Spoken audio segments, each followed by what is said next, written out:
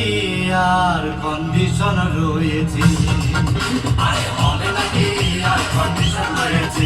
আরে টিকাগড়ের মোড়ে একটা হাল রয়েছে, হবে নাকি আর কন্ডিশন রয়েছে?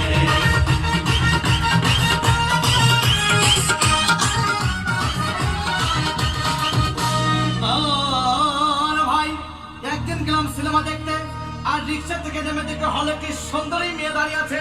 ব্র্যাকেট 10 টাকার টিকিট 20 টাকা দিয়ে কিনে নিয়ে কোনো রকম ভিতরে বসলাম।